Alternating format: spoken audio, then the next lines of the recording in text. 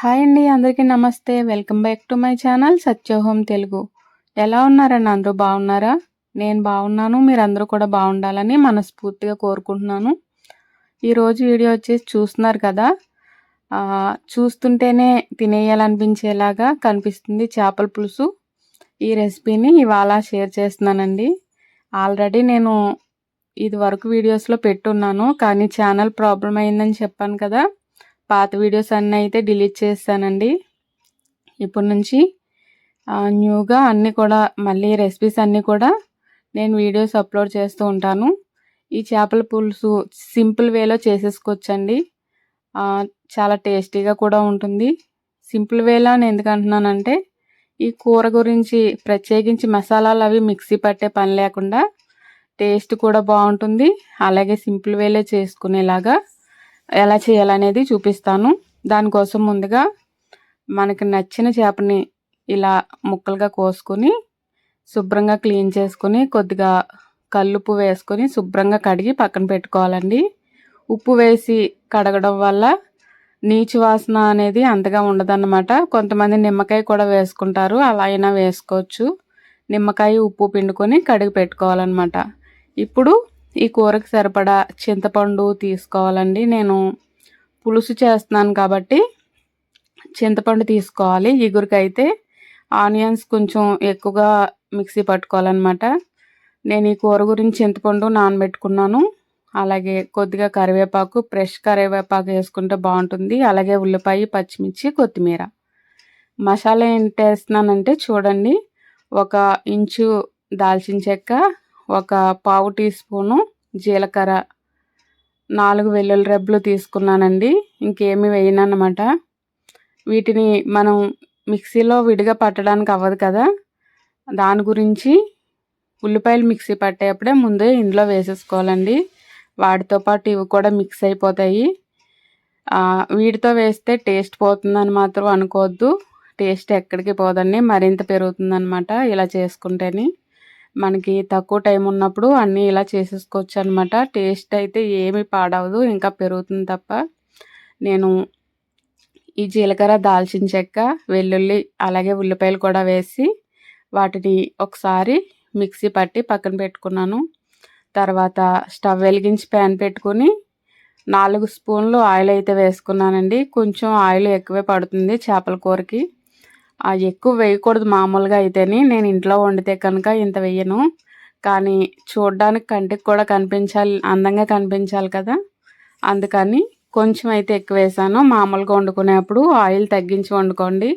Oil వేడయ్యాక ఇలా తాజాగా ఉన్న కరివేపాకు 4 రెబ్బలు వేసుకోండి. ప్రతి కూరలో కరివేపాకు వేయడం వల్ల ఆరోగ్యానికి కూడా చాలా మంచిది. ఆ కరివేపాకు చిటపటలాడి బాగా వేగిన తర్వాత మిక్సీ పట్టుకున్న ఈ ఉల్లిపాయ పేస్ట్ అంతా కూడా వేసేయాలండి. ఉల్లిపాయ పేస్టు ఇంకా జీలకర్ర అవి ఇందులోనే వేసాం కదా, అవన్నీ కూడా బాగా ఫ్రై అయిపోతాయి అన్నమాట. ఇందులో నీరు అనేది లేకుండా బాగా ఫ్రై చేసుకోవాలి. మూత అది పెట్టకూడదు. ఇవి వేగేప్పుడు అవి కొంచెం వేగిన తర్వాత పచ్చిమిర్చి వేసుకోండి. ఈ పచ్చిమిర్చి బాగా పచ్చిగా తాజాగా ఉన్నాయి, మజ్జిగ చీరుకుని వేసుకుంటే టేస్ట్ బాగుంటుందండి. నా దగ్గర కొంచెం పండినవి ఉన్నాయి, అవే వేసాను అనమాట. పచ్చిమిరపకాయలు మాత్రం ఎక్కువ వేసుకోండి, కొంచెం బాగుంటుంది. అలాగే అందులో కొద్దిగా పసుపు, తగినంత ఉప్పు కూడా వేసుకుని అలా ఒక 10 నిమిషాలైనా వేయించుకోవాలండి. ఇందులో వాటర్ కంటెంట్ పోయే వరకు కూడా వేయించుకోవాలి. ఆయిల్ పైకి వచ్చేస్తుందని మనం వేసిన ఆయిల్ అప్పటి వరకు వేయిస్తే ఉల్లిపాయ పచ్చివాసన లేకుండా కూర మరింత రుచిగా ఉంటుంది. నేను కొత్తిమీర కొంచెం ఎక్కువే కట్ చేసి ఉంచాను కదా, అందులో సగం కొత్తిమీరని ఈ ఉల్లిపాయల్లో వేస్తున్నానండి. ఈ ఉల్లిపాయలతో పాటుగా వేగనిస్తే బాగుంటుంది. మిగతా కొంచెం లాస్ట్లో వేసుకుంటే సరిపోతుందన్నమాట. ఈ చేపల కూర పులుసు పెట్టుకునేప్పుడు చింతపండు తగినంత తీసుకుంటేనే టేస్ట్ వస్తుందన్నమాట. కొంచెం అటు ఇటుగా అయినా కూడా రుచి బాగుండదండి. ఇప్పుడు ఉల్లిపాయలు బాగా వేగిపోయి ఆయిల్ పైకి కనిపిస్తుంది కదా ఉడుకుతున్నట్టుగాని, అలా ఉన్నప్పుడు మన చేప ముక్కలు కడిగి పెట్టుకున్నాం కదా, అవన్నీ కూడా వేసేసుకొని ఇప్పుడు ఒక 5 నిమిషాలు మూత పెట్టి ఉంచుకోవాలండి.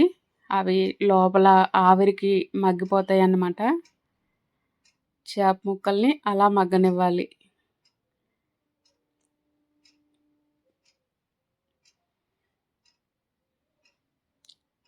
ఒకసారి అటు ఇటు కదిపి మళ్ళీ పెట్టుకోవాలండి. చేప ముక్కలు కలర్ మారుతాయి అన్నమాట. అలా మారే వరకు కొద్దిసేపు అలా మూత పెట్టి ఉంచాలన్నమాట. తర్వాత తగినంత కారం వేసుకోవాలి. చేపల కూర కదండి, కారం కొంచెం ఎక్కువే పడుతుంది. మనం చికెను, మటను ఇలా ఫిష్ వండేప్పుడు కారం కొంచెం ఎక్కువగానే వేసుకుంటే నీచు వాసన అవి రాకుండా బాగుంటుందన్నమాట. అలా తగినంత కారం, సాల్ట్ ముందు వేసాం కదా, దాన్ని అడ్జస్ట్మెంట్ చేసుకొని తగినంత మళ్ళీ వేసుకోవాలండి. నేను మీకు ఇందాక చింతపండు నానబెట్టుకున్నాను కదా, ఆ చింతపండు నుంచి గుజ్జు తీసుకుని వేస్తున్నాను. ఒకసారి ఆ వేసిన తర్వాత గరిటె పెట్టకుండా ఇలా కదపాలండి. గిన్నెని గుడ్డతో పట్టుకొని ఇలా కదపాలి. బాగా చిక్కగా ఉంది కదా, ఇప్పుడు నేను ఇంకాస్త పులుసు వేస్తున్నానండి. చింతపండు అదే, అందులో ఇంకొన్ని నీళ్ళు వేసుకొని వేసాను అన్నమాట. అలా ఎంత వాటర్ పడుతుందనేది మనం ఆ పులుసు రూపంలో వేసుకోవాలి. చింతపండు మాత్రం ముందు ఎంత నానబెట్టామో అంతే వేయాలండి. అది వేసిన తర్వాత మిగతా నీళ్ళైనా వేసుకోవచ్చు.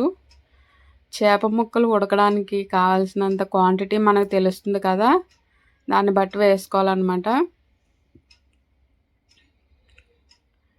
ఈ కూరలు రెడీ చేసుకునేప్పుడు కారం ఎర్రగా ఉన్నదైతే మంచి కలర్ఫుల్గా కనిపిస్తుందండి.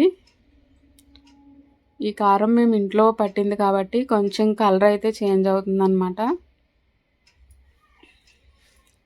అదే ప్యాకెట్ కారం అయితే ఇంకా కలర్ బాగా కనిపిస్తుంది. కానీ ఎక్కువ శాతం మనం ఇంట్లోనే ఎండాకాలంలో ఎండుమిర్చి తీసుకుని పట్టించుకుంటేనే మంచిదండి కారం.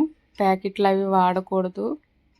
అందులో కొంచెం నిల్వ ఉండడానికి అది కెమికల్స్ కలుపుతూ ఉంటారు, కలరు చేంజ్ అవ్వకుండా ఉండడానికి. అవిని చూడండి, పులుసు ఇలా ఉడుకుతూ ఉన్నది కదా, ఇప్పుడు ముక్కలు మనం గరిటె పెట్టినా కానీ అంతగా విడిపోవన్నమాట. ఇప్పటి వరకు కూడా గరిటె పెట్టకూడదు.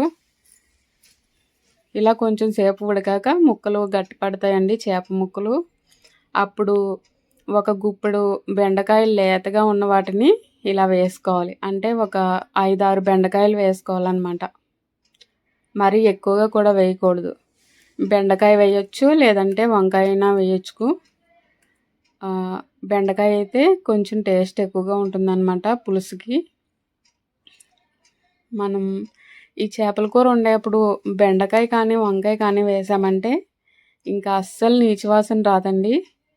ఒక్కొక్కరు చేపల కూర వండారంటే ఆ రోజు తిన్న కంచాలు, గ్లాసులు అవి కూడా నీచు వాసన అనేవి వస్తూ ఉంటాయి.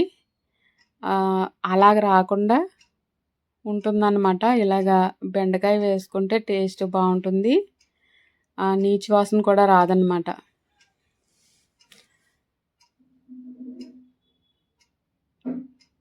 చూడండి, కూర చక్కగా ఉడుకుతుంది కదా. ఇప్పుడు నేను ఉప్పు సరిపోయిందా లేదా అని చూసుకున్నాను అనమాట. సరిపోలేదు కాబట్టి మళ్ళీ ఇంకొంచెం ఉప్పు అయితే వేసాను.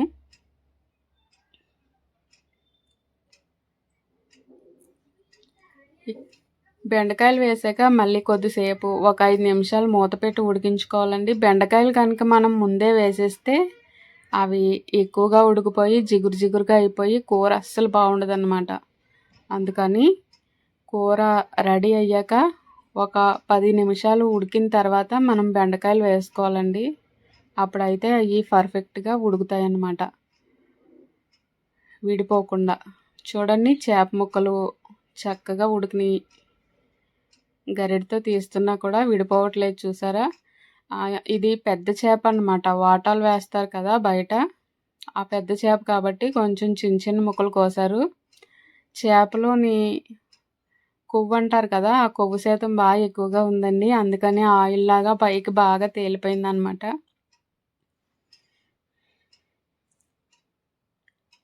ఇప్పుడు బెండకాయలు వేసాక కొద్దిసేపు ఉడికింది. తర్వాత కొత్తిమీర వేసి స్టవ్ ఆఫ్ చేస్తానన్నమాట.